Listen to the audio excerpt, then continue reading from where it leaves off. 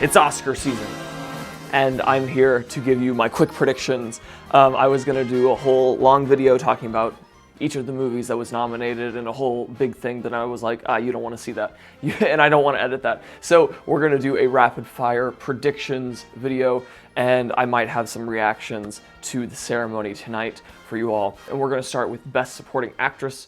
And as I'm reading the nominations for each category, I will be reading them in my personal ranking from best to worst. So who I think was personally the best in the category to the worst in the category. So starting with Best Supporting Actress, Yuh-jung in Minari, Olivia Colman in The Father, Maria Bakalova in Borat's subsequent movie film, Amanda Seyfried for Mank, and Glenn Close for Hillbilly Elegy.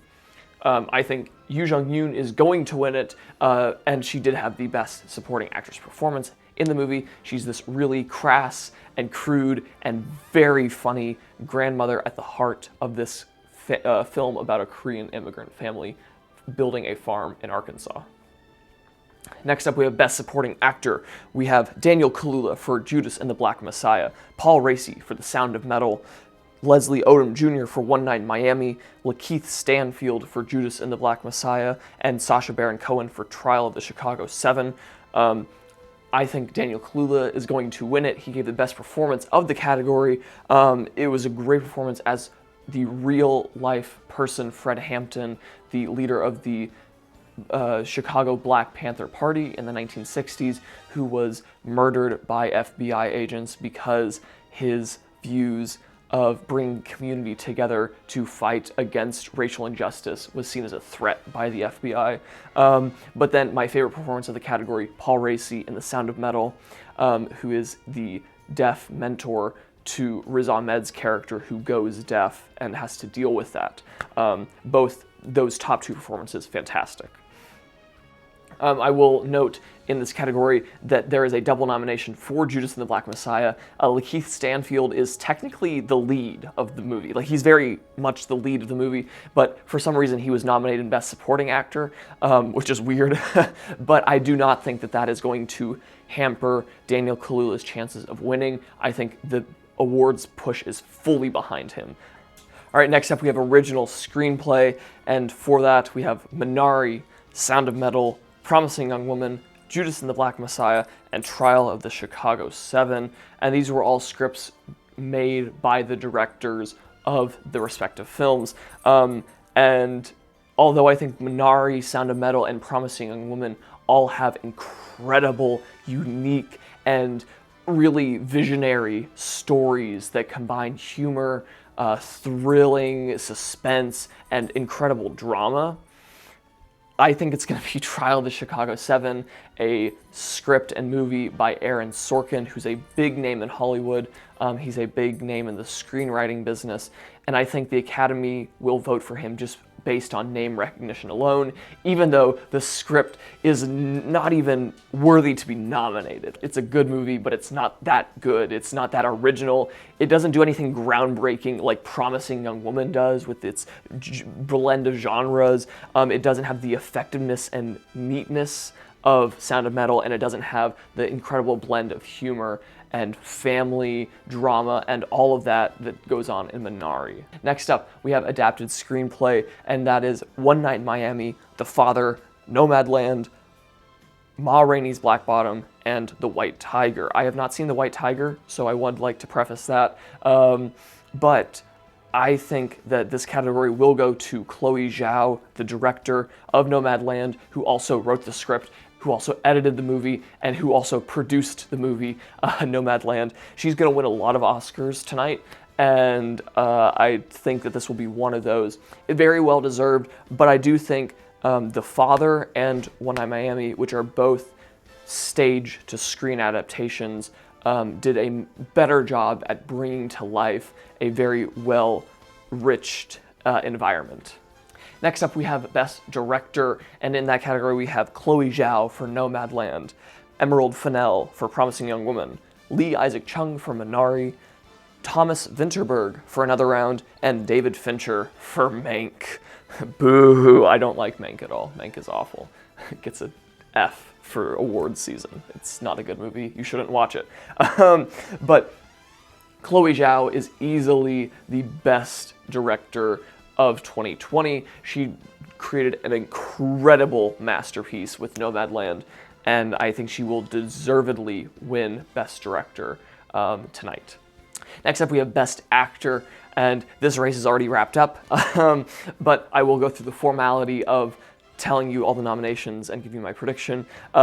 We have Anthony Hopkins for The Father, Chadwick Boseman for Ma Rainey's Black Bottom, Riz Ahmed for Sound of Metal, Stephen Youn for Minari, and Gary Oldman for Mank. You. Sorry, whenever I hear the word Mank, I want to vomit. Unless it's Amanda Seyfried for Mank. She was great in that, but don't watch Mank. Anthony Hopkins, I feel, gave the best performance of the year, besides Delroy Lindo, who was snubbed. He was in Defy Bloods, which is a movie on Netflix. Go watch that one for the best performance of the year. But Anthony Hopkins is a close second to him. And a close third is Chadwick Boseman for Ma Rainey's Black Bottom, which that is also on Netflix, and you can go watch it right now. It's an incredible performance. Chadwick Boseman will be receiving this award post-mortem tonight for an incredible career that was cut short, and also an incredible performance.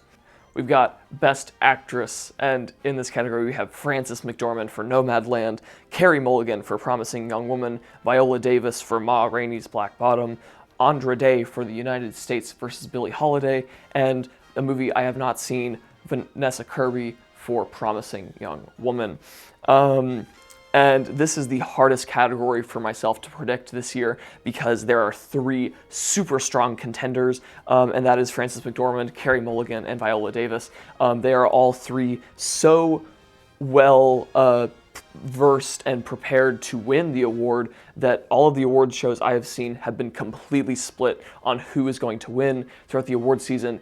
It is flipped from Frances McDormand to Carey Mulligan, and now Viola Davis is making a last-minute surge, and I had a hard time predicting this one, so I sent it out to Twitter, as I always do, and even though there were only 11 votes on the poll, you all spoke, and you all think that Viola Davis is going to win, so that is my official prediction. Viola Davis will win with a last-minute surge in the Oscars season and take it, even though I do think that Carey Mulligan, my favorite performance of the year, and Frances McDormand for Nomadland gave a better performance than Viola Davis. All three of them fantastic. And finally, Best Picture, the big kahuna, the big dog, the one that we all wait for at the very end of the 3-hour-long ceremony. And so in this category, the nominations are Sound of Metal, Nomadland, The Father, Promising Young Woman, Judas and the Black Messiah, Minari, Trial of the Chicago 7, and Mank. Ew. There are so many more well-deserved movies to be in here besides Mank, and even Trial of the Chicago 7, which is a good movie, but not great. There are a lot of notable snubs, like One Night Miami, Palm Springs, Ma Rainey's Black Bottom, Defy Bloods, and several others that deserve Mank's spot, and some of them even deserve Trial of the Chicago 7's spot in this race, but that's neither here nor there.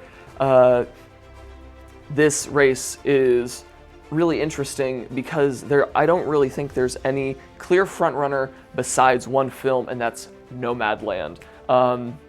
It's been winning all of the awards leading up to this. It is, in my opinion, the second best movie of the year.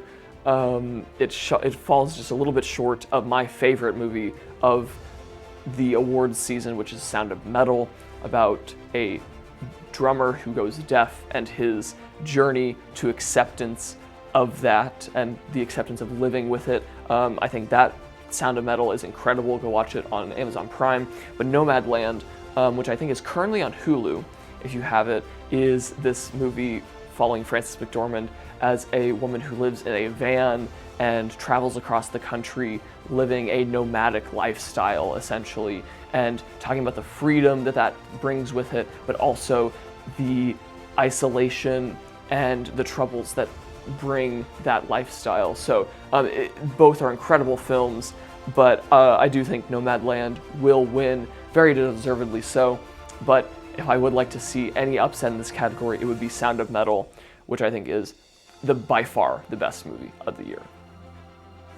So, if you want to see any of my other predictions, they will be down in the description below. So let me know all your thoughts down in the comments down below. Thank you so much for watching, and I'll see you in the next one. Bye.